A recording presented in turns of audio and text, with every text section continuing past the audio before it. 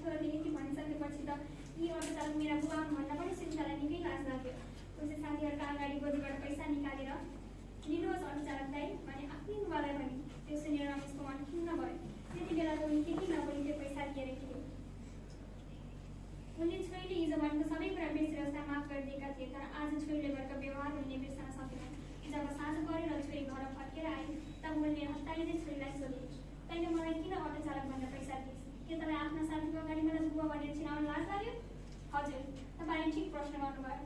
मलाई साथीको अगाडि तपाईँलाई बुबा भनेर लाज लागेर मैले तपाईँलाई अटो चालक भनिदियो। छोरीले साउले जवाफ दियो। ममा यस्तो खराबी के छ र जसका कारण त मलाई बुबा भन्न पनि लगाउँछस्? रमेशले सुनितालाई प्रश्न गरे। त्यो खराबी तपाईँको गरिबी हो बुवा। देख्नु भएन मेरा साथीहरूले मलाई अटोमा विद्यालय आएका कारण कसरी खिल्ली उडाइरहेका थिए। आज मैले यी अटो चालक मेरा बुबा हुन् भनेको भए त के हुन्थ्यो होला? सुनिता क्रोधमा झल्किँदै भने, मैले तँलाई यति मेहनत गरेर हुर्काएँ पढाएँ, तर तैँले आज आफ्नो साथीको अगाडि मलाई एउटा अपरिचित मानिसको रूपमा चिनाए छैन। सायद म यति गरिब नभएको भए तैँले यसो गर्ने थिइनस् होला। रमेश आँखाभरि आँसु ल्याएर भने। यति भनेर उनी घरबाट निस्किए। उनी आँसु पुल्दै अटोमा गएर बसे। अटो चलाउँदा उनले बाटोभरि सुनिताले भनेको कुरा सोचिराखे। आज मेरी छोरीले मेरै औकात देखाए। मलाई मेरी छोरीले नै बुबा भनी सम्बोधन गर्न लाज माने। म जस्तो अभागीको अरू कोही छैन होला, रमेशले मनमा नै भने। यस्तै कुरा सोच्दै सोच्दै उनी अटो चलाइरहेका थिए। उनका मनमा अनेकौँ कुराहरू आइरहेका थिए। उनी आँसु पुल्दै अटो चलाउँदै गर्ने क्रममा उनको अटो नजिकै रहेको बिजुलीको खम्बासँग उनको अटोको ठक्कर भयो। अटो कस्ट्याङ पुस्ट्याङ गरेर पल्टियो। बुबाको मृत्युपछि सुनितालाई आफ्नो गल्तीको महसुस भयो। सायद त्यति बेला मैले बुबाको स्थिति बुझेर उहाँ गरिब भए पनि उहाँले मेरो लागि गरेको मेहनतको सम्मान गरेको भए र म गरिब भए पनि म आफूसँग भएको कुरामा सन्तुष्ट भएको भए यस्तो अवस्था आउने थिएन होला भने सुनिता राम्ररी पछुतो मान्दै त्यही बाटोमा आफ्नो बुबाको लास समाएर रुँदै बसी। यो मेरो कथा समाप्त भएको छ भने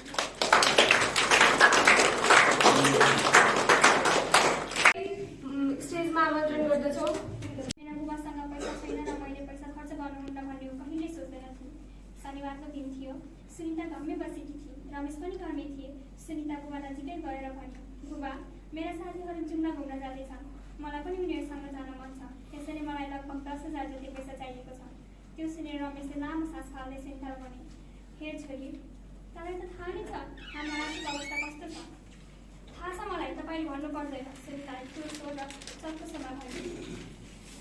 रमेशले उसलाई सम्झाउँदै भने, मसँग अहिले कति पैसा छैन, कसैसँग सापट्टि माग्दा पनि तिर्नु कोही छैन, तर पछि कहिले गयो हुन्न?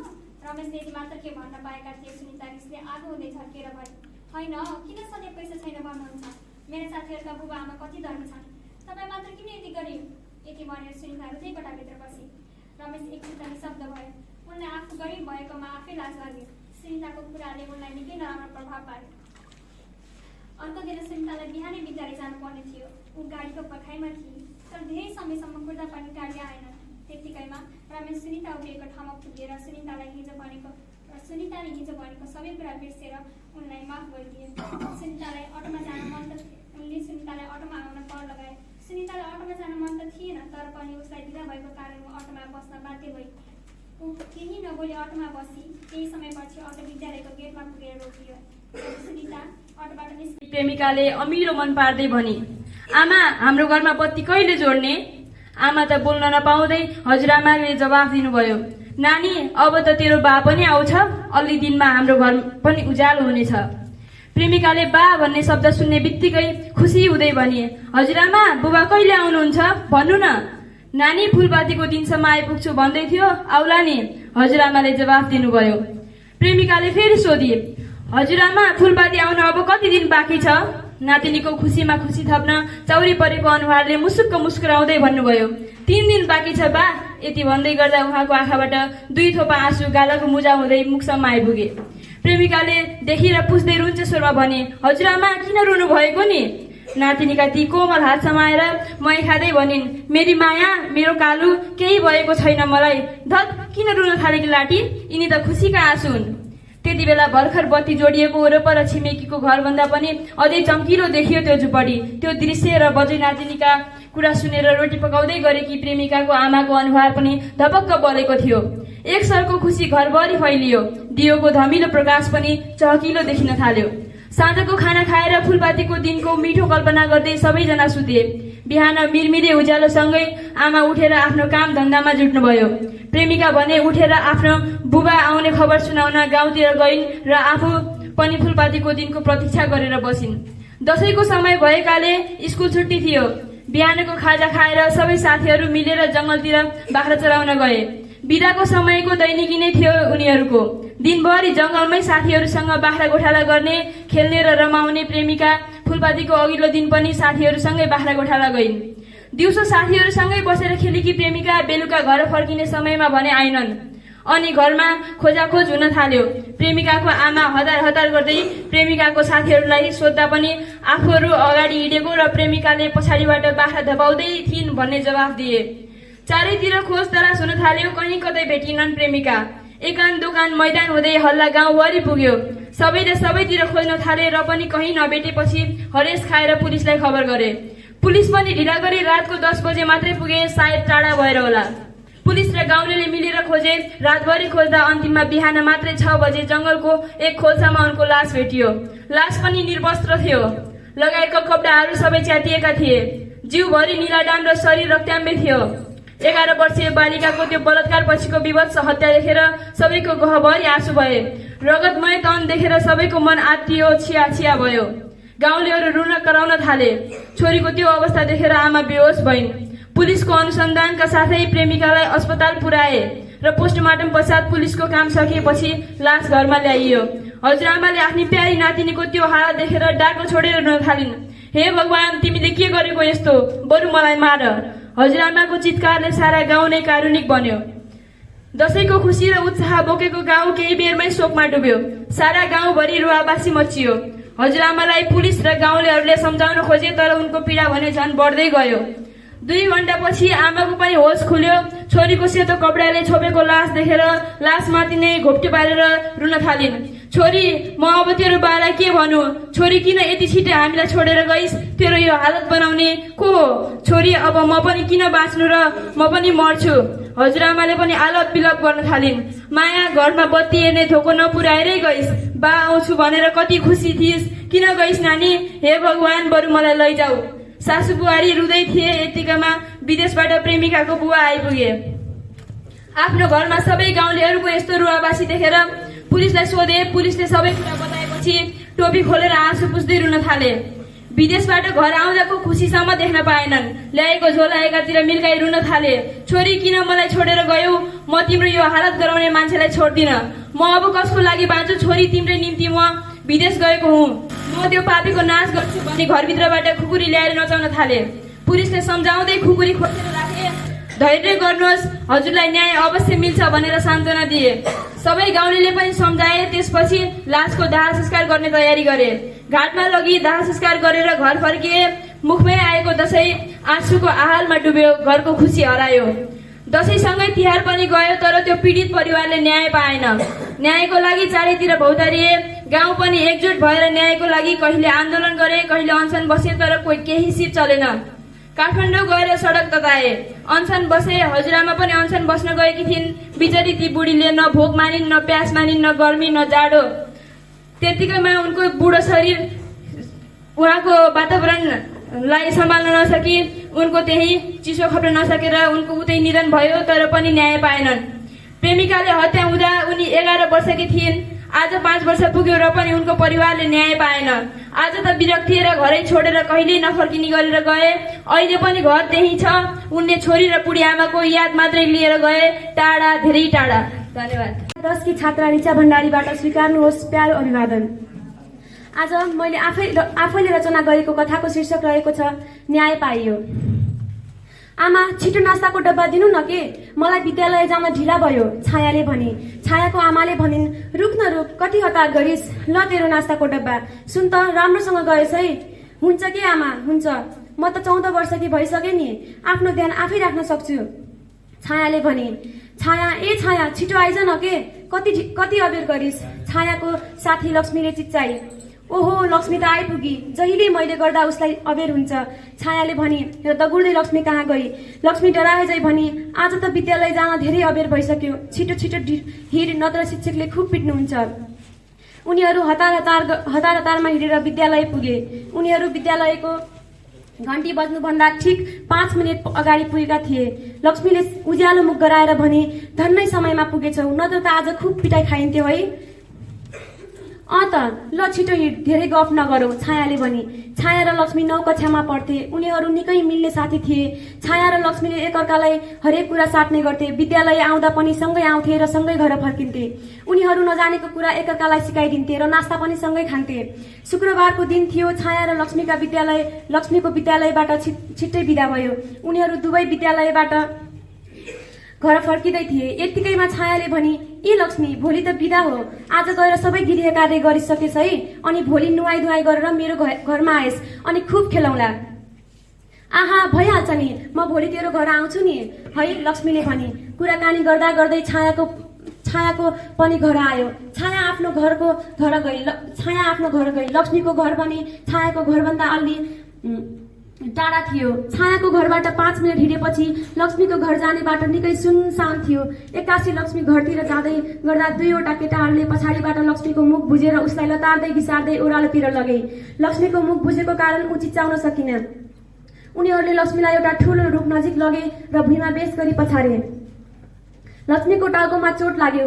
आ, मरे नि तपाईहरू त हाम्रै गाउँको हुनुहुन्न र? मिथुन दाई र महेश दाई, यो के गरेको, मलाई छोड्नुहोस्, लक्ष्मी चिच्याई। टाउकोमा चोट लागेको कारण लक्ष्मी यति भनेर बेहोस भई। यही मौकामा ती केटाहरूले लक्ष्मीको बलात्कार गरे। एकछिनपछि ती केटाहरू मध्ये मिथुनले भन्यो, अब यो केटीको के गर्ने, यसलाई यही मारिदेऊ है। यो के भनेको तैले, यसलाई मार्यो भने हामी आफै फस्छौँ, बरु यसको तस्बिरहरू खिचेर धम्काऊ, महेशले भन्यो। ती दुवै केटाहरूले लक्ष्मीको यस्तो नराम्रो तस्बिरहरू निकालेर नजिकै रहेको खोलाबाट पानी ल्याएर लक्ष्मीको मुखमा छम्किए। लक्ष्मीको आँखा खुल्न साथ महेशले उसको कपाल च्याप्प समात्यो र तस्बिर देखाउँदै भन्यो, हेर, यहाँ भएको कुरा कसैलाई बिर्सेर पनि नभनेस्, न त तेरा यी सबै तस्बिरहरू सामाजिक सञ्जालमा राखिदिन्छु। त्यसपछि तेरो इज्जत त गयो, तेरो बाबुआमाको इज्जत पनि जान्छ, गयो। लक्ष्मी भने केही बोल्न सकेकी थिइन्। ती दुवै केटाहरू त्यहाँबाट गए। उता लक्ष्मीको आमा खुमा भने, छोरी अहिलेसम्म घर नआएको कारण आत्ती। होइन, यो केटी कति अबेर गरी विद्यालयबाट 1 बजे बिदा भएको थियो, 4 बजेसम्म पनि आइपुग्दिन त, खुमा बडबडाउन थाली। खुमाले रुँदै हिमेशलाई फोन गरी र छोरी अहिलेसम्म घर नआएको खबर सुनाए। यो खबर सुनेपछि खुमाको श्रीमान हिमेश पनि आयो। हेर्नुहोस् न, हाम्रो छोरी अहिलेसम्म घर आउँदिन, कहाँ गएकी होले?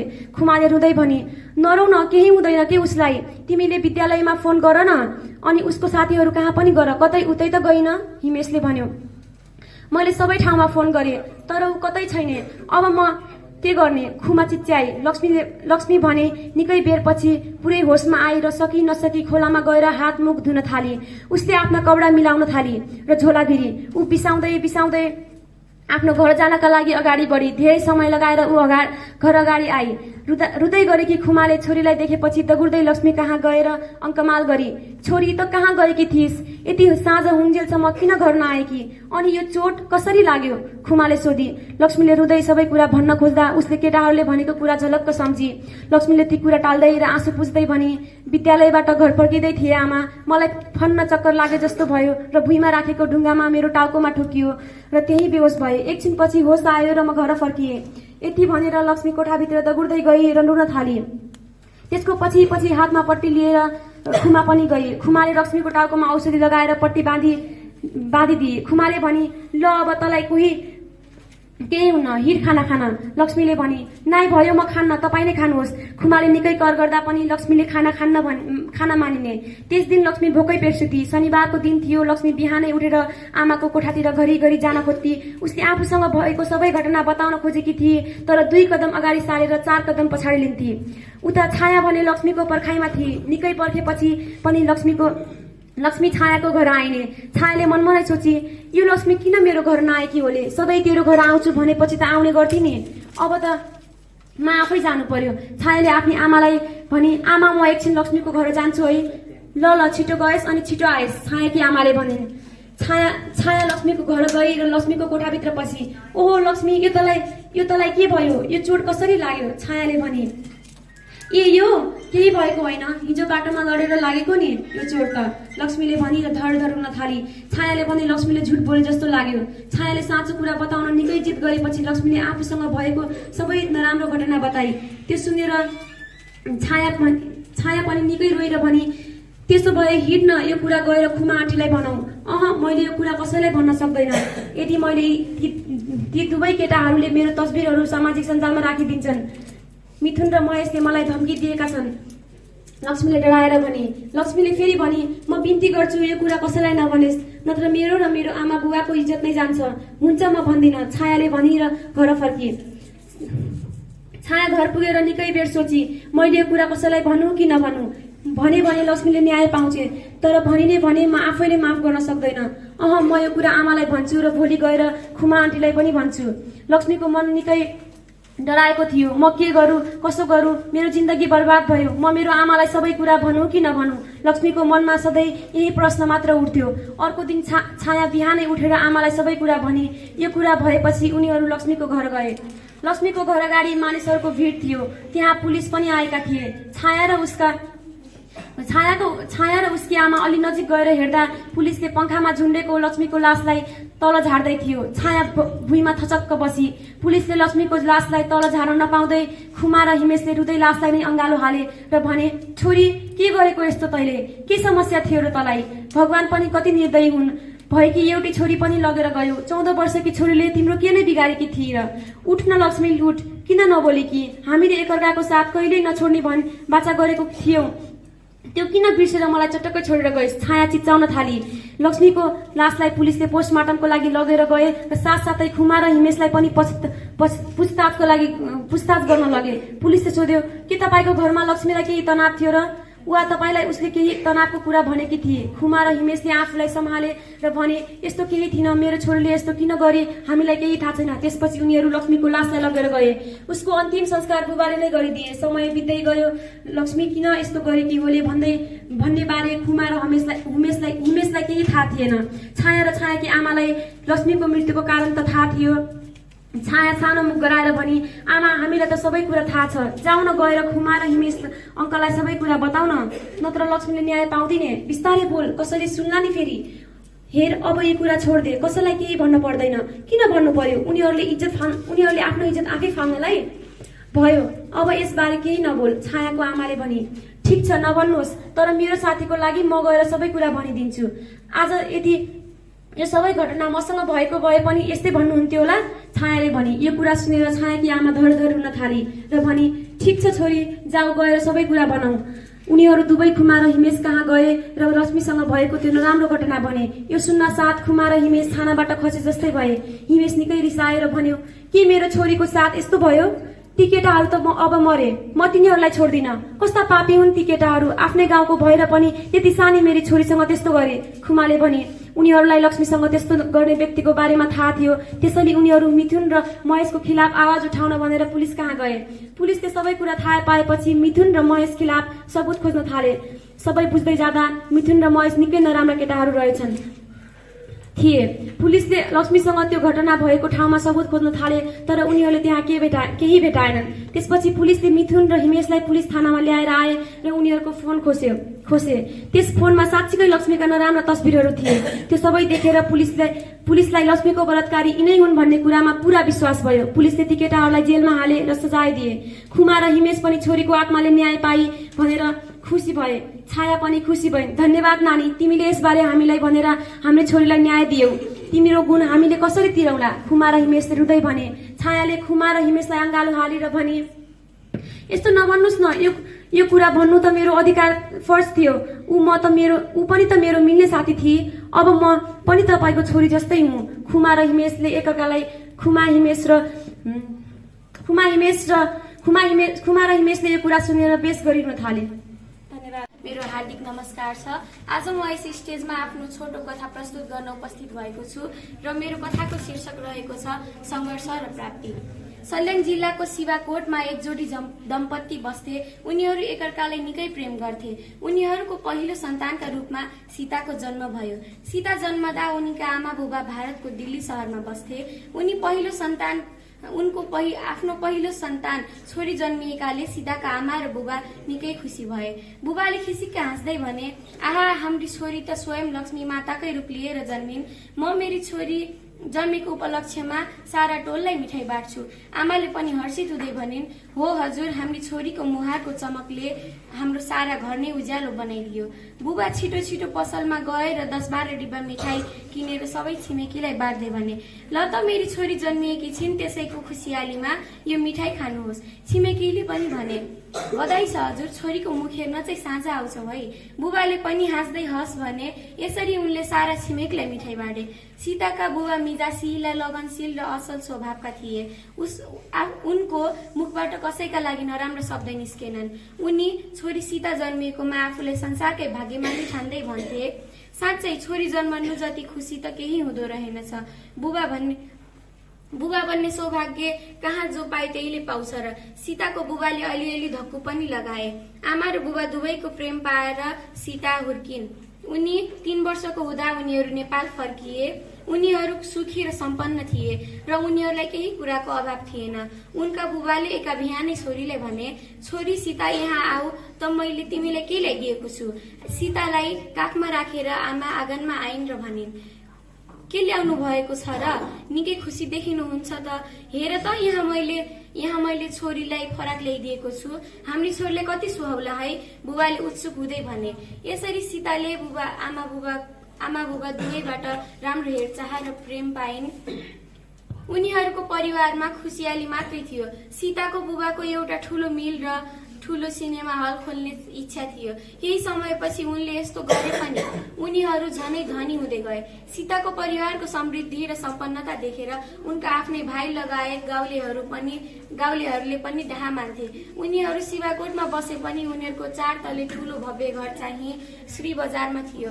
सीताको बुबाले सीताकी आमालाई भने, सुन त प्यारी, म श्री बजारको घरमा जाँदैछु, केही ल्याउनु छ भने भन, आउँदाखेरि म ल्याइदिउँला। भाइले बोलाएको छ के? सीताकी आमाले पनि एकछिन सोचेर भनिन्, ल्याउनु त त्यस्तो केही थिएन, बरु छोरीले आउँदा गुडियो ल्याइदिनु होला। बुबाले पनि हस् भन्दै गए। उनी गाडी चढेर श्री बजारको घरमा गइपुगे। त्यस घरमा उनले आफ्नो भाइको परिवारले बस्न दिएका थिए। सीताका बुबाले पनि भने, ए भाइ, म त आइपुगे त, कता छस्? केही आवाज आएन। उनले फेरि बोलाए, तर यसपटक पनि केही आवाज आएन। त्यसैले उनी सिडी चढेर माथिल्लो तलामा गए, तर त्यस सिडीबाट चिप्लिएर उनी गर्ल्यामगुलुम 30-40 वटा सिडीबाट तल खसे। सिडीभरि उनको रगत लागेको थियो। सीताको बुबाको टाउकोमा गहिरो चोट लागेको थियो। उनी रक्ताम्य भएका थिए। उनको अवस्था हेरि नसक्नु थियो। एकछिनपछि उनको भाइ त्यहाँ आएर हतारिँदै भने, हे दैव, के भयो यस्तो मेरो दाइलाई? अब म के गरूँ? भाइले छिटो छिटो हतारिएर एम्बुलेन्सलाई फोन गरेर बोलायो। बजारभरि एम्बुलेन्सको स्वर गुन्जिरहेको थियो। सबै मानिसले काने खुसी गर्दै थिए। यता यो खबर पाएर सीताकी आमा भक्कानिँदै रुन थालिन् र छिटो छिटो छोरीलाई काखमा च्यापी अस्पताल आइन्। सीताको बुबाको टाउकोमा धेरै गहिरो चोट लागेका हुनाले उनको धेरै रगत बगिसकेको थियो। सीताको बुबाको डाक्टरहरूले अपरेसन कक्षाभित्र अपरेसन गर्दै थिए। यता कक्षा बाहिर सीताकी आमा भगवानसँग प्रार्थना गर्दै थिइन्। सीता पनि यो दृश्य देखेर अचम्म मान्दै रुँदै थिइन्। केही बेरपछि डाक्टर अपरेसन कक्षाबाट बाहिर निस्किए र सीताकी आमाले झट्टपट्ट सोधिन्, डाक्टर, मेरो श्रीमानलाई अहिले कस्तो छ? उहाँ ठिकै त हुनुहुन्छ है? कृपया माफ गरिदिनुहोस् हामीलाई। हामीले तपाईँको श्रीमानलाई बचाउन सकेनौं। उहाँको रगत साह्रै बगिसकेको थियो। यदि तपाईँले 5 मिनट जति अगाडि ल्याइदिएको भए सायद हामीले केही गर्न सक्थ्यौं कि। डाक्टरले मलिन मुहार बनाउँदै भने। डाक्टरका कुरा सुनेर सीताकी आमा छाङ्गाबाट खसेदै भइन्। उनका आँखामा ती श्रीमानसँग बिताएका मीठा पलहरू आइरहेका थिए। उनका आँखाबाट आँसुधारा बगिरहे। आँसुधाराहरू रोकिएनन्। आफूले संसारमा सब थोक गुमाएको जस्तो मानिन्। उनी र सीतालाई लगेर उनका देवर शिवकोटको घरमा गए र भाउजूलाई सम्झाइ बुझाइ आए। सीताकी आमा कहाँ सम्झाइ बुझाइ मान्ने थिइन् र? आखिर उनको सिउँदोको सिन्दुर जो मेटिन लागेको थियो। उनले फेरि बिलौना छाड्दै रुँदै भनिन्, तपाईँ किन मलाई एक्लै छाडेर जानु भएको? बरु मलाई पनि सँगै लैजाको भए राम्रो हुन्थ्यो। अब मलाई यो समाजले के भन्ला? छोरी सानै छे। छोरीले बुबा खै भनेपछि मैले के जवाफ दिउ। उनी रुँदै छोरीको मुखतर्फ फरक्क फर्केर आँसु पुछिन्।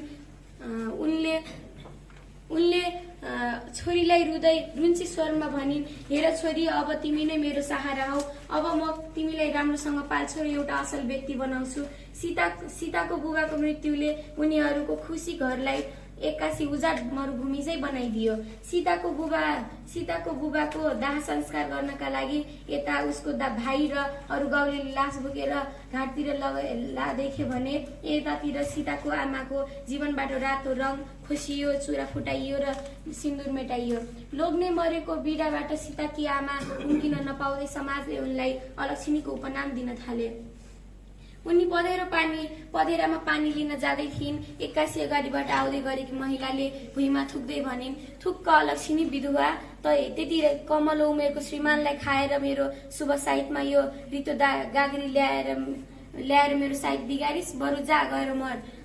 त्यस महिलाले सुइक्क त्यो गाग्री फालिदिए र त्यहाँबाट गई।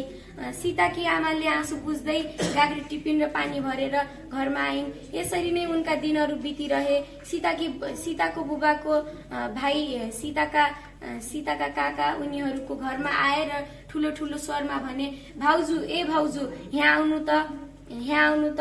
सीताको आमा पनि झट्टपट्ट तल आइन् र पसिना पुस्दै न्याउरो स्वरमा भनिन्, के भयो बाबु, किन बोलाउनु भएको? सीताका काकाले भने, अब यो सारा सम्पत्ति श्री बजारको घर मिल मेरो नाममा गर्ने बेला भयो। दाइ त अब बिते, अब तिम्रो यहाँ केही अस्तित्व नै छैन। बरु यो चल्लीलाई लिएर पहिला जाऊ। आखिर तिम्रो उमेर छँदैछ क्यारे? देवरको यस्तो कुरा सुनेर आमालाई रिस उठ्यो र भनिन्, के भन्नुभएको यस्तो? बाबु, तपाईँलाई लाज लागेन? अनि हाम्रो सम्पत्तिलाई किन लिन खोजेको? हामी आमा छोरी कसरी बाँच्ने? यो कुरा सुनेर देवरले आँखा राता राता बनाउँदै भने, हेर भाउजू, मलाई यो सम्पत्ति दिने भए देऊ, नत्र आज तिमी दुई आमा छोरीको एउटै चिता बनाइदिन्छु। एक्कासी देवरले खुकुरी निकालेर धम्काउन थाले। सीताकी आमा बेबस थिइन्। उनलाई आफ्नो ज्यानको त माया थिएन, तर त्यो सानी बच्चीको मायाले उनले सबै सम्पत्ति देवरको नाममा गरिदिन्। अनि उनीहरूको घरको आर्थिक स्थिति निकै कमजोर हुँदै गयो। एका बिहानै सीताकी आमालाई हल्का बान्ता भयो र उनको स्वास्थ्य हल्का बिग्रियो। उनी नजिकैको स्वास्थ्य चौकी गइन् र उनलाई थाहा भयो कि उनी गर्भवती थिइन्। उनलाई एकातिर खुसी लाग्यो भने एकातिर डर पनि लाग्यो। त्यो गर्भको बच्चा 4 महिनाको भइसकेको रहेछ। उनले श्रीमानलाई सम्झँदै भनिन्, हाम्रो बच्चा कस्तो अभागी रहेछ, यसले त आफ्नो बुबाको मुख समेत देख्न पाएन। यदि तपाईँ अहिले जीवित भइदिएको भए कति खुसी हुनुहुन्थ्यो होला। अब म यस गर्भे टुहुरोलाई कसको नाम दिउ? मलाई यो समाजले के झन् छिछि दूर गर्ला। तपाईले साथ छोडेर जाँदा त यस्तो भन्छन्, अब त झन् मलाई बाँच्न दिँदैनन् होला। यी कुराहरू सम्झेर उनका आँखाबाट अनायास आँसुका थोपा खसे। उनी घर गइन्। 5 महिना पश्चात उनको गर्भबाट छोराले जन्म लियो। उनी अत्यन्तै खुसी थिइन्। उनका आँखाबाट 2 थोपा खुसीका आँसु खस्छन्। उनी छोरालाई घर लिएर आइन् र सीतालाई देखाइन्। सीताले पनि सबै थाहा भए झै हाँस्दै भाइलाई सुमसुम्याइन्। सीताकी आमाले सुत्केरी हुँदा त राम्रो स्याहार पाइनन्। उनले छोराको नाम आर्यन राखिन्। उनीले छोरालाई राम्रो पोषण र हेरचाह पनि दिन पाइनन्। उनीले साना छोरा र छोरीलाई घरमा एक्लै छाडी घाँस काट्ने, दाउरा काट्ने र आदि इत्यादि काम गरिन्। उनले बाहिरको काम भ्याएर घरभित्रको खाना पकाउने आदि काम पनि गर्थिन्। उनका छोराछोरी हुर्किँदै थिए र पढ्ने उमेर पनि भइसकेको थियो। उनले सीता र आर्यनलाई गाउँकै एउटा सरकारी स्कुलमा भर्ना गरिन्। अब स्कुलको पनि फी लाग्ने बेला भइसकेको थियो र उनले झनै बढी मेहनत गर्न थालिन्। उनले घरमा रक्सी बनाउन थालिन् र नजिकैको होटलमा गएर अनि पसलेलाई भनिन्, दाइ नमस्कार, पसलेले पनि नमस्कार गर्यो। त्यो पसले निकै असल स्वभावको थियो। सीताकी आमाले भनिन्, दाई अबदेखि म दैनिकी रूपमा तपाईँकोमा रक्सी छाड्छु अनि मलाई मासिकी रूपमा मलाई तलब दिनु। मेरो बच्चाहरू अब स्कुल पढ्ने भइसके, उनीहरूको स्कुलको फी पनि बुझाउनका लागि पैसा जम्मा गर्नुपर्छ। यदि तपाईँले यति सहयोग गरिदिनु भयो भने तपाईलाई धेरै पुण्य लाग्नेछ। पसलेले पनि हुन्छ तर दिनकै ल्याउनु नि, फेरि नत्र छुटाइदिन्छु भने। सीताकी आमा खुसी हुँदै घर गइन्। बेलुका 4 बजेतिर सीता र आर्यन घर आए। सीताले भनिन्, आमा स्कुल त कति राम्रो हुँदो रहेछ है। यसबेला सीताको आँखामा छुट्टै चमक थियो। आमाले पनि भनिन्, हो बा हो, पढ्नु धेरै राम्रो हो। मेरो अब अन्तिम चाहना भनेकै तिमी दुईलाई राम्रो र असल व्यक्ति बनाउनु हो। यो समाजले हामीलाई धेरै हेला गर्यो र अब तिमीले यही समाजमा केही गरेर यी व्यक्तिहरूको मुख टाल्नुपर्छ। आमाको कुरा सुनेर आर्यनले भन्यो, आमा म राम्ररी पढ्छु है, अनि मेरी आमालाई ठुलो भएर सुख दिन्छु है। सीता र आर्यन दुवै मेहनती लगनशील र बुझकी थिए। सीताको पढाइमा साह्रै रुचि थियो र उनी पढाइमा निकै राम्री थिइन्, तर उनको भाइ भने ठिक्कको थियो। सीताले बिहान र बेलुका आमालाई सघाउँथिन् र दिनमा स्कुल जान्थिन्। उनी रातिसम्म टुकीको त्यो मलिन प्रकाशमा पढ्थिन्। केही समयपछि उनीहरूको परीक्षा पनि आयो। सीता र आर्यन दुवैको परीक्षा राम्रो भयो। केही दिनपछि परीक्षाको नतिजा प्रकाशन भयो। सीता भने प्रथम भएकी थिइन् र आर्यन चाहिँ ठिक्कको नम्बर ल्याएर पास भयो।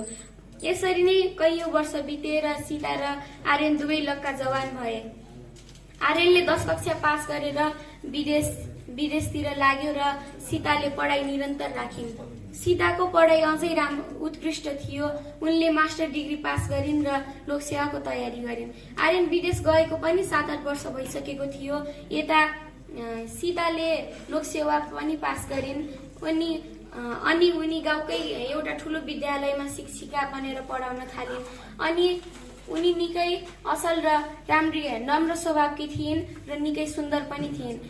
उनको राम्रो व्यवहारकै कारण सबै मानिसले उनलाई माया गर्थे। उनको चर्चा सुनेर टरीगाउँबाट एउटा केटाकी आमा र केटा आमा सीतालाई माग्न आएका थिए। उनीहरू सोध्दै सीताको घरसम्म आइपुगे। घरमा पुगेर भने, नमस्कार हजुर। सीताकी आमाले अल्मलिँदै भनिन्, नमस्कार, माफी पाऊ है, तर मैले हजुरहरूले चिन्न सकिन नि। केटाकी आमाले भनिन्, नचिनेर के भयो त, अब चिनिहाल्नुहुन्छ नि। केही विशेष काम थियो कि? सीताकी आमाले भनिन्, हामी तपाईँकी छोरीको हात माग्न आएको। केटाको आमाले भनिन्, अब छोरीलाई त्यतिकै अन्जानसँग नबुझी जीवनभरिका लागि दिनु भएन। छोरीको मर्जी पनि बुझ्नु पर्यो। हुन त छोरी पनि बिहे गर्ने उमेरकी भइसकेकी छिन्, सीताकी आमाले भनिन्। यसरी सीताकी आमाले कुरा बुझ्दै गइन्। बेलुका 4 बजेतिर सीता पनि विद्यालयबाट आइन्। जस्तै विवाहको पीडा। बाबा, म अहिले नै विवाह गर्न चाहदैन। म धेरै पढ्न चाहन्छु। म आफ्नो पढाइलाई पूरा गर्न चाहन्छु। म आत्मनिर्भर बन्न चाहन्छु। आफ्नै खुट्टामा उभिन चाहन्छु। छोरी तैँले विवाह गर्नै पर्छ। यस्तो राम्रो खानदानबाट कुरा आएको छ। यस्तो राम्रो मौकालाई गुमाउनु हुँदैन। बुबा लगायत सबै परिवारले मायालाई भन्नुभयो। मायालाई उसको मन्जुरी बिना विवाह गर्न जबरजस्ती गर्नुभयो। प्रेम, तैँले यो विवाह गर्नै पर्छ। बुबा, म यो विवाह कसरी गरौँ? जबकि म अरूसँग नै माया गर्छु। म यो विवाह गर्दैन। तैँले यो विवाह त गर्नै पर्छ, नत्र भने म मेरो प्राण त्यागिदिन्छु। उसले बुबाको प्राणको रक्षा गर्नको लागि विवाह गर्न मन्जुरी त जनायो, तर उसको एउटा शर्त थियो। प्रेमले भन्यो, यदि म मायासँग विवाह पछि बस्न सकेन भने म यो सम्बन्ध तोड्नेछु। बुबाले पनि प्रेमको शर्तमा मन्जुरी जनाउनु भयो। उनले छोरालाई सम्झाउँदै भने, छोरा, मैले दाइजोको धेरै नै माग गरेको छु र दिन्छौँ पनि भनेका छन्। त्यसैले 1 वर्षसम्म दायाँ बायाँ नगर्नु, यो मेरो बिन्ती छ। प्रेमले भन्यो, हुन्छ बुबा, भइहाल्छ नि।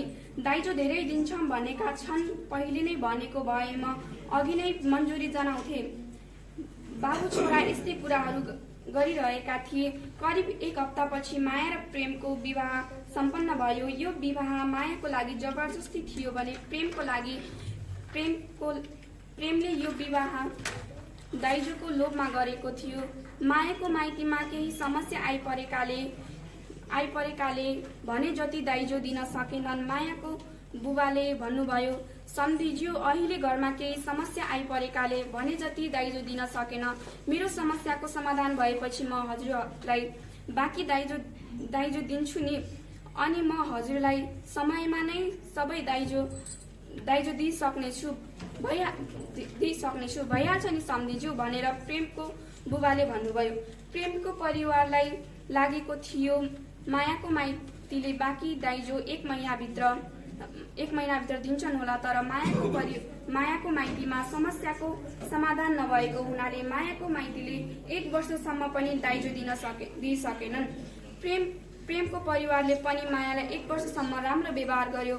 1 वर्षसम्म पनि दाइजो नआएपछि अब प्रेमको परिवारले मायालाई दाइजो नल्याएको भएर उसलाई नराम्रो व्यवहार गर्न थाले।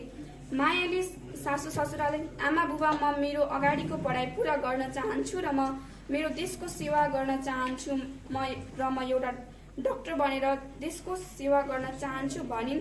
सासू ससुराले मायालाई त यस घरकी बुहारी होस् र बुहारी मान्छे बाहिर गएर पढ्दैनन् भने जति दाइजो पनि ल्याउनु छैन, अझ ठुलो डाक्टर पो बन्छु भन्छे, तँलाई लाज लाग्दैन भने।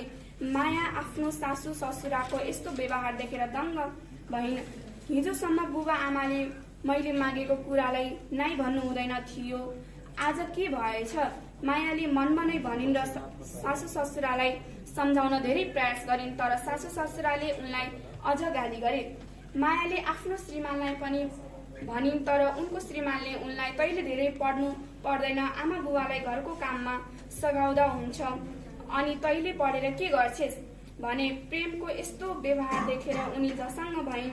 उनले फेरि प्रेमलाई भनिन्, होइन तपाईँ यो के भन्नुभएको? प्रेमले मैले तँलाई दाइजोको लागि मात्र विवाह गरेको हुँ, यो कुरा मैले तँलाई दाइजोको लागि मात्र विवाह गरेको हुँ भनेर प्रेमले मायालाई भन्यो। यो कुरा सुनेर मायालाई छाङ्गाबाट खसेको जस्तै अनुभव भयो। त्यसपछि उनलाई यस्तो नराम्रो व्यवहार दिनहुँ हुन थाल्यो। उनले परिवारबाट पढ्ने अनुमति नपाएपछि रेखासँग प्रेमको सम्बन्धमा थियो। नीलकी श्रीमती सीमा भने यी सब कुराबाट अनभिज्ञ थिइन्। सीमा र नीलका 2 छोरा थिए, विशाल र जगत। नील विशाल र जगतसँग असाध्यै माया गर्थ्यो। नीलले विकास र जगतलाई राम्रो विद्यालयमा राखिदिएको थियो। होइन हजुर, दिनभर कोसँग यति प्रेमका साथ कुरा गर्नुहुन्छ? सीमाले सोधिन्। नीलले ठूलो स्वरमा झर्किँदै नराम्रो तरिकाले, तँलाई के को चासो? मेरो कामसँग सम्बन्धित छ, तँलाई के थाहा मेरो कामको बारेमा? त धेरै नबोल त्यहाँ भन्यो। नीलका कुरा सुनेर सीमालाई धेरै नराम्रो लाग्यो, तर उनको मनमा नीलको लागि शङ्का भने धेरै बढ्यो। पल्लो कोठामा बसेकी सना भाउजूले उनीहरूको सब कुरा सुनिरहेकी थिइन्।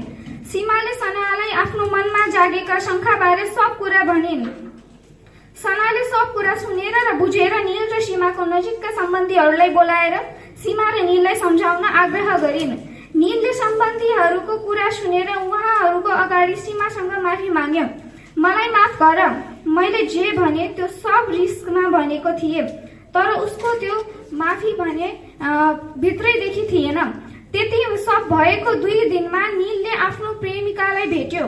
प्रिय, म मेरो घरमा सीमा र अन्यलाई हाम्रो सम्बन्धको बारेमा शङ्का भइसकेको छ। अब यो शङ्का आश्वासनमा बदलिन समय लाग्दैन, हामीले अब केही त गर्नै पर्छ, नीलले प्रेमपूर्वक भन्यो। ल त्यसो भए हामी भागौ, तिमी आफ्नो घरबाट केही पैसा र गहनाहरू ल्याऊ, अनि हामी भोलि नै भाग्नुपर्छ, रेखाले भनिन्। नील रेखाको प्रेममा पागल थियो, तर रेखा भने नीलको पैसाको प्रेममा पागल थिए। नील सुरुमा नभाग्ने भन्दै थियो, तर रेखाले हल्का हट गर्ने बित्तिकै ऊ भाग्न तयार भयो भने चाहिँ उनीहरू भोलिपट्टि नै भागिहाले। नील भागेपछि उसको घर परिवारका सदस्य निकै चिन्तित भए। होइन मेरो छोरा कहाँ गयो होला, नीलकी आमा चिन्तित हुँदै भनिन्। केही समयपछि सीमाले नीलको चिठी भेटाइन्। नील उसलाई छाडेर अर्की केटीसँग भागेको कुरा थाहा पाएर सीमाको मन विचलित हुन थाल्यो र उनी रुन थालिन्। त्यो चिठी पढ्न साथ नीलको दाजु गौरवले पुलिसलाई सम्पर्क गर्ने कुरा निकाले, तर बुबा आमाले भने आनाकानी गर्दै हुनुहुन्थ्यो। आमा बुबा, हामीले यस्तो कुरा लुकाउनु ठिक होइन। यस्ता कुरा लुकाएपछि झन् गम्भीर हुनेछन्। त्यसैले हामीले पुलिसलाई खबर गर्नुपर्छ, गौरवले सम्झाउँदै भन्यो। गौरवका कुरा सुनेर आमा बुबाले हुन्छ भने पनि चित्त भने बुझाउनु भएको थिएन। गौरवले यसबारे मामासँग पनि परामर्श गर्यो। मामाको पहुँचबाट टाढा टाढासम्म निलको खोज चलिरहेको थियो। केही हप्तापछि निल बुटोलमा फेला पर्यो। निललाई सीमा र घर परिवारको सामु राखियो। निल फेरि भाग्यो। यसपालि भने पुलिसले निलको चाल थाहा पाइसकेको थियो। त्यसैले निललाई फेरि समाउन गाह्रो भएन। यस्तो सब कुरामा उता समाज बेरसम्म कोही सुत्छ? छोरी मान्छे भएर बिहानै उठेर कामसाम गर्नु छैन? रिसको झाकमा आमा भन्दै थिइन्। एकछिन त सुत्न दिन पर्थ्यो, के साह्रो काम हो हजुरको। आँखा मिच्दै उठे। आमाले बिहानै भैँसी दुहेकी रहेछन् र मलाई त्यही दुध बेच्नका लागि बिहानै उठाएकी रहेछन्। जा दुध बेचेर अनि पैसा चाहिँ खुरुक्क घर ल्याउनु नि। फेरि दायाँ बायाँ केही नगर्नु। म दुधको भाँडो पकड्दै हुन्छ हुन्छ भन्दै हिँडे। घर घरमा दुध बेच्न गए, कसैले राख्न नि चाहेन। भाग्यवश एउटा सुत्केरी आन्टीले राखिदिइन् र भनिन्, अब सधैँ मलाई दुध ल्याइदिनु है, मेरो सानो छोरा छ। मैले पनि खुसी हुँदै भने हुन्छ भनेर घागर हल्लाउँदै घरतिर फर्के। घरमा बाले अगेनोमा आगो बलिन भनेर दाउरा ठ्याक ठ्याक पार्दै ध्वालै ध्वाल बनाएका थिए। जाडोको मौसम, शीतले ओरपर केही देखिँदैन थियो। आज त रक्सी छाडेछौ त बा, सधैँ रक्सीले लट हुन्थ्यो। आमा खोइ त, मैले भने। आमा कता गइछे, मलाई राम्रो नमानेर त होला, घर नै आएकी छैन भन्दै बाले आगो फुके। बारीमा केही छ कि तिउन तरकारी भनेर गए र केही साग र गोलभेडा लिएर आए। आमा पनि त्यही बेलामा आउनुपर्ने कस्तो भाग्य। ल अब गाली खाइयो भनेर तयार बसे। नभन्दै के गरेकी तैले? बेच्न भनेर नटिपेको तिउन टिपेर ल्याइछ। जा खुरुक्क गएर बेचेर बाउछेरीलाई त खाने नै छ के, काम त गर्नु छैन भन्दै आमा गनगन गर्दै घाँसको बारी बिसाइन्। त्यही भोको पेट लिएर लखर लखर गर्दै बजार पुगे। त्यो दिन मैले बेच्न लगेको तिहुन कसले राख्थ्यो र कसैले राखेन। त्यही भएर डुलाइ डुलाइ थिचिएको गोलभेडा र मिचिएको सागको मुठो लगेर घर फर्के। आमा भने नबेचेर आएकोले देख्यौ, बेचेर ल्याउले भनेको त उही कालो मुख ल्याउँदै आउँछे। छोरो भएको भए त अघि नै बेचेर ल्याउँथ्यो होला। यसको त केही कामै छैन, अबेरसम्म सुत्ने र टुल्ने बाहेक। मेरो हातको तरकारी खोसेर झर्कदै गइन्। मलाई त्यो सुनेर साह्रै नराम्रो लाग्यो। म केही बोल्न सकेको थिएन। बाले अब त रक्सी छाड्लान् भन्यो। फेरि राति गाउँ नै थर्किने गरी चिच्याउँथे। विद्यालय गयो, त्यही बारेमा मेरो मजाक हुन्थ्यो। ए लक्ष्मी, तेरा बा हिजो रक्सी खाएर खुब कराएका थिए होइन र भन्दै मेरो हाँसो बनाउँथे। उनीहरू स्कुल आउँदा मिठो मिठो नास्ता लिएर आएका हुन्थे र मलाई गिज्याउँदै खान्थे। मेरो न विद्यालयमा लगाउने ड्रेस गतिलो न त कापी कलम नै। विद्यालय गयो भने आमाले धेरै बेर नबस्नु, घर आइजानु, घरमा काम गर्नु छ भन्दै कहिले भिमलका घसेटा त कहिले घाँसको भारी ल्याउन पठाउँथिन्। विद्यालय त हेर्न मात्र जानुहुन्थ्यो। राम्रो कापी र राम्रो कलम किन्ने ठूलो इच्छा भएकाले मैले आफ्नै बुबाको पैसा समेत चोरेकी छु। चोरेको थाहा पाएर र बुबालाई रक्सी खाने पैसा नभएर मलाई गजबसँग कुटेका पनि थिए बाले। मेरो मनमा कयौं प्रश्न हुन्थे कि कापी कलम किन्न पैसा नदिँदा चोर्नु के ठूलो पाप हो। म अब 14 वर्ष भइसकेकी रहेछु। म किशोर अवस्थामा पुगिसकेकी थिए। त्यस समयमा हुने परिवर्तनले सायद मलाई पनि शारीरिक, मानसिक, सामाजिक रूपले छोएको थियो। म साह्रै लजाउने भएकी थिए। म अब अलि ठूलो काम पनि गर्न सक्थे। आमाले एका बिहानै उठ नानी उठ भन्दै मेरो मिठो निद्रा नै झसङ्ग पारिदिइन् र मलाई उठाइन। हिँड जाम छिटो, अहिले उज्यालो हुन्छ फेरि, आमाले भन्नुभयो। उज्यालो त सधैँ हुन्न र आमा, किन डराए जस्तो गरेको? मैले आमालाई सोधे। आमाले भनिन्, हामी बालुवा बोक्न जानुपर्छ र अहिले उज्यालो नहुँदै बजारमा लगेर छोड्नुपर्छ, अरूले देखिसी लाज हुन्छ भन्दै आमा छिटो हिँडिन्। म पनि लखर गर्दै पछि लागे। नदीको नजिकै पुगेपछि मेरो आत्माले त्यो चिसो हावा स्पर्श गर्यो र निद्रा झन् राम्रोसँग बिउजन पुग्यो। छिटो बोरा भर, अहिले खेल्ने होइन भन्दै आमा बोरा भरिरहनु भयो। म भने मनमा नै बोरा भर्न कति गाह्रो भन्दै नसकी बोरा भर्न थाले। पछि थाहा पाए बोरा भर्न भन्दा त त्यसलाई बजारसम्म पुर्याउन निकै गाह्रो हुँदो रहेछ। मेरा ती कलिला हात, पैताला, टाउको, पिठ्यो पिठ्यू बोराको त्यति ठुलो भारले मिचिरहेको थियो। आमा भने फटाफट हिँडिरहेकी थिइन्। म पनि जसो तसो गरेर बजारसम्म पुगेँ र बन्दै गरेको घरमा बालुवा खनाएर त्यस घरको साहुले मलाई 50 रुपियाँ दिए। त्यो मेरो कमाई थियो। त्यस कमाईमा दुखीका साथ खुसी पनि दिए म।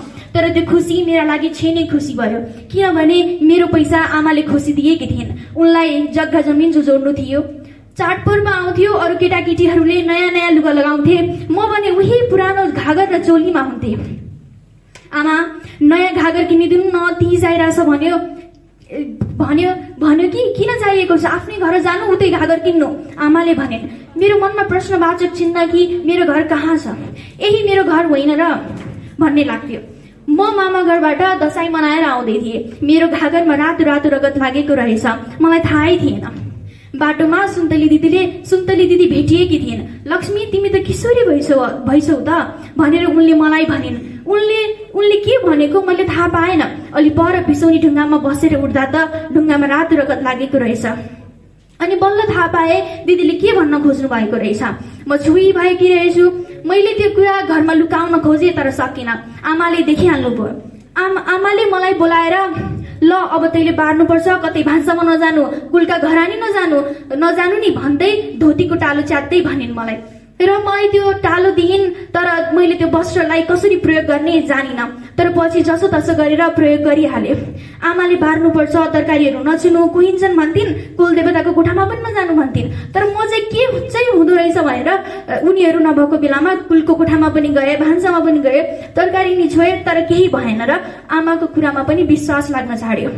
सुन्तली दिदीले भन्थिन्, तिमी त साह्रै राम्री छौ लक्ष्मी, तिम्रो ज्यान साह्रै मिलेको छ, जोगाएर राख्नु है भनेर मलाई सधैँ भेट्यो कि भन्थिन्।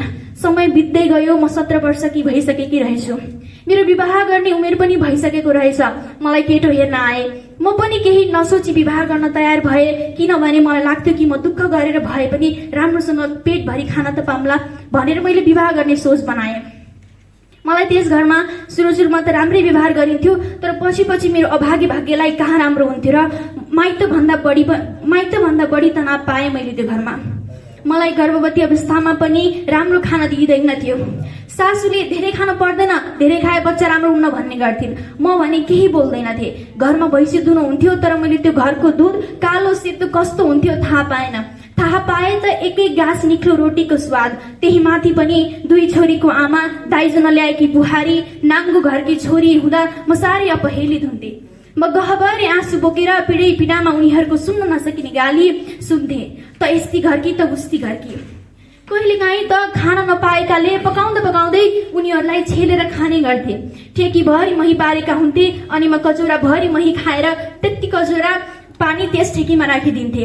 मेरो दुःख र अवस्थाले गर्दा मेरी छोरीहरूको अवस्था पनि नराम्रो थियो। म उनीहरूसँग भन्थे, मैले तिमीहरूको राम्रो स्याहार गर्न सकिनँ, मलाई क्षमा गर है। तर उनीहरू कहाँ बुझ्थे र उनीहरू खेल्दै बस्थे। मेरो दुःखले गर्दा मेरा छोरीहरू समेत मरुन् भन्ने ठान्थे। तर जब म मेरो परिवारसँग सहर गए, सायद मेरो जीवनले नयाँ मोड लियो। म पहिला जस्तो रहेन, म पहिलाको जस्तो वातावरणमा बाँचेकी थिएन। मलाई सुख नै थियो, तर मेरो मनको कुना ती विगतका कुराहरूले भिजाइराखेको हुन्थ्यो। धन्यवाद पुष्पा केसीलाई, यति राम्रो प्रस्तुति दिएर गइसकेकी छिन्। अब यस कार्यक्रमका समीक्षक डाक्टर खगेन्द्र घोडासैनीज्यूलाई अहिलेसम्म वाचन गरेका कथामा समीक्षा गरिदिनु हुन हार्दिक अनुरोध गर्दछु। जब कि 6 क्लासदेखि 12 क्लाससम्मको विद्यार्थीले एउटा स्टेजमा आएर एउटा कथा वाचन गर्न सक्ने क्षमता जुन अभिवृद्धि भएको मैले चाहिँ पाएँ, त्यसबाट म गौरवान्वित छु। यो भूमिका निर्वाह गर्नुहुने गोर्खा माध्यमिक विद्यालयका सरप्रति पनि म हार्दिक आभार प्रकट गर्न चाहन्छु। र यस्ता कार्यक्रमहरूले विद्यार्थी भाइ बहिनीहरूमा एउटा क्षमता अभिवृद्धि हुनुका साथै एउटा आफ्नो व्यक्तित्व कला प्रस्तुत गर्ने क्षमताको वृद्धि हुन जाने हुँदा आगामी दिनहरूमा पनि यसै गरी यस्ता किसिमका कार्यक्रमहरूलाई निरन्तरता दिँदै अघि बढ्नुहुनेछ भन्ने एउटा आशा लिँदै म अभिभावकको तर्फबाट छोटो मन्तव्य प्रस्तुत गर्ने एउटा अवसर दिनुभएकोमा गोर्खा माध्यमिक विद्यालय र सम्पूर्ण परिवारप्रति हार्दिक आभार प्रकट गर्दै समग्रमा गोर्खा माध्यमिक विद्यालयका गुरुवर्गहरू र विद्यार्थी भाइ बहिनीहरूको उत्तरोत्तर प्रगतिको कामना गर्दै मेरो छोटो 2 शब्द अन्त्य गर्न चाहन्छु। हस्त धन्यवाद। स्टोरी राइटरको हिसाबले के हुन्छ भने डन्ट टेल सो, नभन देखाऊ। मैले जे कर्म गरेँ यहाँ त्यो चाहिँ भाइ बहिनीहरूले देखाएँ। अब मैले भन्नुपर्ने, व्याख्या गर्नुपर्ने, वर्णन गर्नुपर्ने केही पनि छैन। बरु म आग्रह गर्न चाहन्छु, जस्तो यहाँ सरले भने जस्तै यो विषयवस्तु कहिलेकाहीँ कतिपय ठाउँमा त यसरी लेख्दाखेरि यो यही हो। फेरि मैले यो गोर्खाको तुलसीपुरमा पनि लमाइमा अनि घोराइमा पनि दिएर आएँ। तर यहाँको नानीहरूको यो यहाँ पत्र पत्रिकामा युट्युबहरूमा पनि यही खालका जुन नानीहरूले प्रस्तुत गर्छन् यस्तै टाइपका घटनाहरू कहिलेकाहीँ त्यो कस्तो लाग्छ भने कतिपय त विभिन्न उद्देश्य लिएर आएका हुन्छन् नि। आफ्नो यो कुरा केटाकेटीलाई सिकाउने, त्यसपछि आफ्नो मिसन पुरा गर्ने गरी। मेरो त्यो लक्ष्य होइन। धेरै जस्तो घोराइमा चाहिँ 10 जना नानीहरूले भनेको कथा 10वटा विषयवस्तुमा फरक कतिपय अन्धविश्वास, इन्सुरेन्स, सामाजिक अथवा यो पारिवारिक समस्या यस्तो यहाँ चाहिँ एउटै मैले सरलाई बिहानैदेखि विजय सरलाई नै भनेको थिएँ। अभिभावकज्यूहरू पनि आउनु भएको छ। जस्तो यहाँका कतिपय नानीहरूको त एकदम राम्रो छ, कसैले पहिल्यैदेखि लेख्न थालेका रहेछन्। 8-9 कथा कति लेखिसकेछन्। अहिले उनले चाहिँ यो प्रशिक्षणपछि म त्यही अनुसार रिभाइज गर्छु र अनि पुस्तक पुऱ्याउँछु। 10वटा कथा भयो भने त केटाहरूले लेखेको पुग्छ। अब यसमा चाहिँ बरु म चाहिँ प्रिन्सिपल सरलाई, उनको अभिभावकसँग र विद्यालयले समायोजन गरेर यदि किताब, मेरो एउटा अनुभव छ। जस्तो मैले अहिलेसम्म लेखेको बाल साहित्यको किताब अनुवाद चाहिँ 113वटा किताब निस्केको छ। सायद एउटा व्यक्तिको बाल साहित्यमा त्यो सङ्ख्याको हिसाबले सबैभन्दा धेरै होला। त्यो चाहिँ अरू 20वटा किताब निस्केको क्रममा छन्। मभन्दा उत्कृष्ट अरू लेखक नभएको कारणले मेरो 113वटा किताब आएको र म अरू लेखकभन्दा विशिष्ट भएको चाहिँ होइन। मभन्दा राम्रो लेख्ने लेखकहरू अरू पनि हुनुहुन्छ। मेरा गुरुहरू हुनुहुन्छ रमेश विकल, बाल साहित्यको हिसाबले शान्तदास मानन्द या विनय बसुज्यू, उहाँहरूको छत्र छायामा मैले यो यसरी सिक्ने र त्यो गर्ने पाएँ। अब उहाँहरूको पनि छैन त्यत्रो। अब म त्यो सङ्ख्या धेरै भएकोमा तर एउटा कुरा के हुँदो रहेछ, यहाँ अभिभावक पनि आउनुभएको छ म्यानेजमेन्टको सरहरूलाई भने मेरो 113वटा निस्किनुमा म प्रकाशन संस्थाको साहु थिएँ होइन। अब मैले लेखेको किताब चाहिँ हाम्रै पब्लिकेसनबाट छापिने भयो। अब अरूसँग रोयल्टीदेखि सबै कुरा हुन्छ, त्यो पनि हुन्छ। अब लेख्यो आवश्यकता अनुसार, अब अलिकति जान्ने आवश्यक जे छ त्यो अनुसार हामीले अरू राइटरहरूसँग पनि वर्कसप गर्ने। यसरी गर्दाखेरि मैले के भन्न खोजेको भने यदि यी नानीहरूले लेखेको यो किताबलाई सम्पादन सहित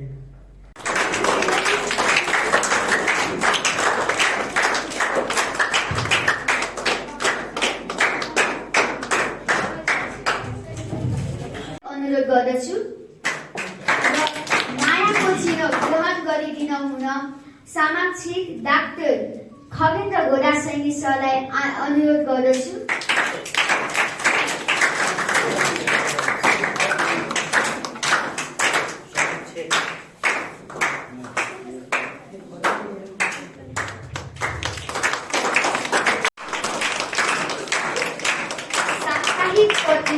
प्रस्तुत गर्न माइक माइक वितरण गर्दै हामी कार्यक्रम सञ्चालक मरितिका देवकोटा।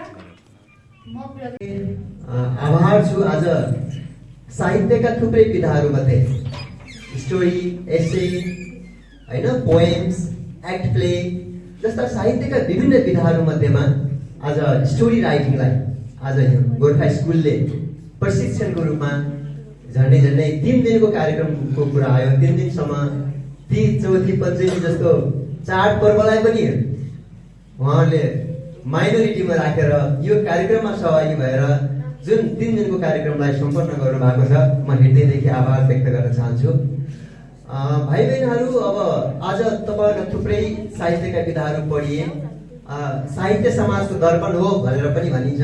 समाजमा घटेका घटनाहरू, समाजमा रहेका वस्तुस्थितिहरू, सामाजिक सांस्कृतिक पक्षहरूलाई समेटेर तपाईँहरूले थुप्रै आफ्ना रचनात्मक कुराहरू, आफ्ना सृजनशीलताका कुराहरू तपाईँहरूले प्रस्तुत गर्नुभयो। यसका लागि पनि हामी अत्यन्तै आभार व्यक्त गर्न चाहन्छौँ र गोर्खा सेकेन्डरी स्कुलले जुन इन्भाइरोमेन्ट क्रिएट गरेको छ उहाँहरूप्रति पनि हार्दिक धन्यवाद व्यक्त गर्न चाहन्छौँ। तपाईँहरू कक्षा 6 देखि कक्षा 12 सम्म पढ्ने स्टुडेन्टहरू आज मेनली स्टोरीको बारेमा तपाईँहरूले धेरै कुराहरू सिक्नुभयो। म आफू पनि स्टोरी टिचर हो। म क्लास 6 देखि क्लास 12 सम्म स्टोरी टिचिङ गर्छु र साँच्चैकै जबसम्म एउटा बच्चाले स्टोरीका इलिमेन्ट्सहरू थाहा पाउँदैन अनि उनीहरूलाई एक्जाम पोइन्ट अफ भ्यूबाट पनि गाह्रो पर्दो रहेछ के। मैले एकाडेमिक पोइन्ट अफ भ्यूबाट पनि केही कुराहरू तपाईँहरूसँग सेयर गर्दाखेरि तपाईँहरूले थुप्रै स्टोरीहरू पढ्नुभयो। इभन क्लास 11 र 12 मा 2020 मार्क्सको लिटरेचर पोर्सन नै छ है। तपाईँहरूले पढ्दाखेरि सबैभन्दा पहिले थाहा पाउनुपर्ने कुराहरू के हुँदो रहेछ भने सरले क्लासमा गएर स्टोरी पढाइदिने, बच्चाले पनि स्टोरी कण्ठस्थ गरिदिने, अनि समरी दिने र समरी पनि तपाईँहरूले मजासँग कपीमा सारिदिने। तर एक्जाम पोइन्ट अफ भ्यूबाट हेर्दाखेरि फेरि के हुने त, एक्जाम बिग्रिने क्या है। यो किन हुँदो रहेछ त भनेर भन्दाखेरि विभिन्न साहित्यका आफ्ना विधाहरू मध्येमा त्यसका सर्टन इलिमेन्ट्सहरू छन्। पोइट्री भनेको सेपरेट विधा हो, त्यसका आफ्ना इलिमेन्ट्सहरू छन्। स्टोरी भनेको छुट्टै विधा हो, त्यसका आफ्ना इलिमेन्ट्सहरू छन्। जब त्यो भित्रका इलिमेन्ट्सहरूमा तपाईँ खेल्नुहुन्न नि, अनि तपाईँहरूलाई के पर्दो रहेछ भने एक्जाम पोइन्ट अफ भ्यूबाट, एकाडेमिक पोइन्ट अफ भ्यूबाट मार्क्स ल्याउन पनि तपाईँहरूलाई गाह्रो पर्दो रहेछ। फर इक्जाम्पल, हामी कुनै स्टोरी पढाउँदाखेरि सबैभन्दा पहिले तपाईँलाई सेटिङ के हो भनेर सोचौँ क्या। हामी स्टोरी पढाउँछौँ, एक्जाममा के आउँछ, what's the setting of this story भनेर आउँछ क्या। वेन स्टोरी टेक्स प्लेस, तपाईँको स्टोरी जहाँ टेक्स प्लेस हुन्छ, जहाँ घटना जहाँ घट्छ, त्यो के हो त, त्यहाँको सेटिङ हो। तपाईँको स्टोरीको सेटिङ कुनै एउटा ग्रामीण बेल्ट हुनसक्छ, कुनै सहर हुनसक्छ, कुनै विदेशी कुनै ठाउँ हुनसक्छ। तर त्यो स्टोरीको सेटिङ कहाँ छ भन्ने कुराहरू बच्चाले ख्याल गरिरहेको हुँदैन। तपाईँ स्टोरी पढिदिनुहुन्छ अनि स्टोरी पढिसकेपछि त्यो ट्रेजेडी हो कि कमेडी हो कि अथवा ट्रेजिक कमेडी हो कि अथवा कमेडी ट्रेजिक हो कि त्यो कुन विधा अन्तर्गत पर्छ भन्ने कुरा विद्यार्थीले ख्याल गरिदिनुहुन्न होइन। त्यसले गर्दाखेरि अब तपाईँले यो जुन प्रशिक्षण कार्यक्रममा सहभागी भइसक्नुभयो भनेको त मैले लेखेको यो ट्रेजेडी क्याटेगोरीमा पर्छ, यो कमेडी ट्रेजेडीमा पर्छ, यसको ह्याप्पी एन्डिङ गराएको छु मैले, मेरो स्टोरीको ह्याप्पी एन्डिङ गराएको छु मैले, मेरो स्टोरीको स्याड एन्डिङ गराएको छु, अथवा मेरो स्टोरीमा म सुरुमा स्याड गराएर लास्टमा ह्याप्पी एन्डिङ गराएको छु। मैले रिडर्सहरूको मन यसरी जित्छु, त्यो खालको भावना तपाईँहरू भित्र जाग्न सक्ने स्थिति बन्यो नि। तपाईँहरूले थुप्रै खालको स्टोरीहरू हेर्नुभयो। प्रत्येक स्टोरीमा त क्यारेक्टर त हुनैपर्छ। बिना पात्रको बिना क्यारेक्टरको त स्टोरी बन्दैन होइन। हामीले मेनली अहिले स्टोरीका क्यारेक्टरहरूलाई एन्टागोनिस्ट क्यारेक्टर र प्रोटागोनिस्ट क्यारेक्टर भनेर छुट्याएको छौँ। एन्टागोनिस्ट क्यारेक्टर भनेको त्यहाँको भिलेन क्यारेक्टर छ होइन। प्रोटागोनिस्ट क्यारेक्टर भनेको त्यहाँको हिरो क्यारेक्टर हो, जसले सोसाइटीमा मोरल लेसनहरू प्रदान गरिरहेको छ। अब तपाईँले आफूलाई क्वेसन गर्नुहोस्, मैले लेखेको स्टोरीमा कुन प्रोटागोनिस्ट क्यारेक्टर हो, कुन एन्टागोनिस्ट क्यारेक्टर हो, र तपाईँले स्टोरीमा पढेका थुप्रै स्टोरीहरूलाई एनालाइज गर्नुहोस्। मैले पढेको स्टोरी मध्येमा यो एन्टागोनिस्ट क्यारेक्टर हो र यो के हो त प्रोटागोनिस्ट क्यारेक्टर हो। कहिलेकाहीँ तपाईँलाई कन्फ्युजन हुन सक्छ। हेर्नुहोस् है, कहिलेकाहीँ के हुन्छ भने सुरुमा आयोजना गरिएको 3 दिने कथा लेखन प्रशिक्षण कार्यक्रम समापन कार्यक्रमका प्रमुख अतिथि दाङ जिल्ला क्याप्सनका अध्यक्षज्यू, बौद्धिक व्यक्तित्व आदरणीय मधुसूदन केसीज्यू, त्यसै गरी यो 3 दिने कथा लेखनमा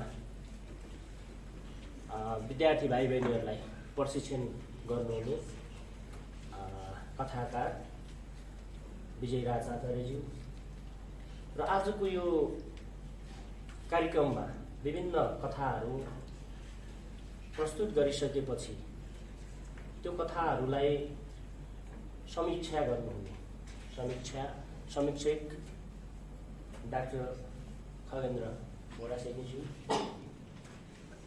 समीक्षक बालदेव सापकोटाज्यू, त्यसै गरी मिडियाबाट आउनुभएका मेरा अनन्य मित्र, साँची खबर पत्रिकाका सम्पादक राकेश बस्नेतज्यू र अग्रिम साप्ताहिक पत्रिकाका सम्पादक दीपक बोहराज्यू र यो कार्यक्रमलाई अत्यन्त सभ्य र भव्य तरिकाले सम्पन्न गर्नुको निम्ति आफ्नो महत्त्वपूर्ण समय र उपस्थिति जनाउनुहुने आदरणीय अभिभावकज्यू र सम्पूर्ण विद्यार्थी भाइ बहिनीहरूलाई मेरो व्यक्तिगत तर्फ र हाम्रो विद्यालय गोर्खा माध्यमिक विद्यालय परिवारको तर्फबाट हार्दिक न्यानो अभिवादन दिन चाहन्छु। नमस्ते।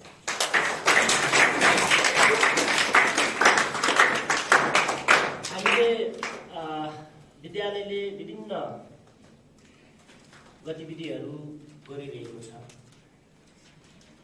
विभिन्न शैक्षिक गतिविधिहरू गरिरहेको सन्दर्भमा यसलाई अलिकति पृथक तरिकाले भिन्न तरिकाले फेरि हामीले यो कथाको माध्यमबाट अथवा कथाकारहरू उत्पादन गर्ने हिसाबले हामीले यो यसपालिदेखि विद्यालयले एउटा कथा लेखन कार्यक्रमलाई चाहिँ एउटा स्थान दिएको छ र त्यो कथा लेखन कार्यक्रममा कक्षा 6 देखि 12 का विद्यार्थीहरू सहभागी